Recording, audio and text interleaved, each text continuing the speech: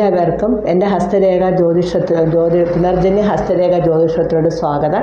കഴിഞ്ഞ 3 ക്ലാസ്സുകളിലായിട്ട് ഞാൻ മണ്ഡലത്തിലെ കാക്കപ്പുള്ളി പറഞ്ഞിട്ടുണ്ടായിരുന്നു. ഞാൻ ഇന്ന് പറയാൻ പോകുന്നത് സൂര്യവിരൽ. അതിൻ്റെ താഴെ കാണുന്നതാണ് സൂര്യമണ്ഡലം. സൂര്യമണ്ഡലം എന്ന് പറയുമ്പോൾ തന്നെ അറിയാൻ പറ്റും കലാപരമായ കാര്യങ്ങൾ, പ്രശസ്തി, യശസ്, കീർത്തി, ഇവയെല്ലാം നമുക്ക് കലാപരമായ നമുക്ക് എന്തൊക്കെ കലാപരമായിട്ടുള്ള കഴിവുകളുണ്ടോ, അല്ലെങ്കിൽ നമുക്ക് എന്തൊക്കെ പ്രശസ്തി ഉണ്ടോ, നമ്മൾ എവിടെയെല്ലാം ടോപ്പിലിരുന്നോ, അന്നേരം നമ്മൾ ഏതെങ്കിലും ഒരു കാരണവശാൽ ഈ വിരലും അതുപോലെ തന്നെ മണ്ഡലവും അതേപോലെ തന്നെ കാക്കപ്പുള്ളി വേണമെങ്കിൽ ഇതെല്ലാം നമുക്ക് ഇല്ലാതായി പോകുക.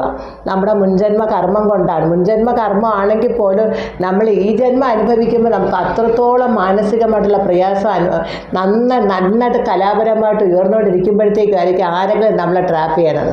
അതോടെ പോയി നമ്മുടെ എല്ലാം പിന്നെ നമ്മൾ കലാപരമായ കാര്യത്തിലോട്ട് പ്രശസ്തിയിലോട്ട് മുന്നോട്ട് വരാൻ പോലും പറ്റത്തില്ല. അപ്പം അവിടെയും സൂര്യനാകുമ്പോഴത്തേക്കും മഹാദേവനാണ്, ആദിത്യ ഭഗവാന്റെ ദേവത ശിവനാണ്. ഭഗവാനെ നമ്മൾ ആത്മഹത്യയല്ല അവിടെ നമ്മുടെ എയിം. നമ്മൾ ഒരിക്കലും ആത്മഹത്യ ചെയ്യരുത്. അതിൽ നിന്നെല്ലാം നമ്മൾ മുന്നോട്ട് കുതിക്കണം.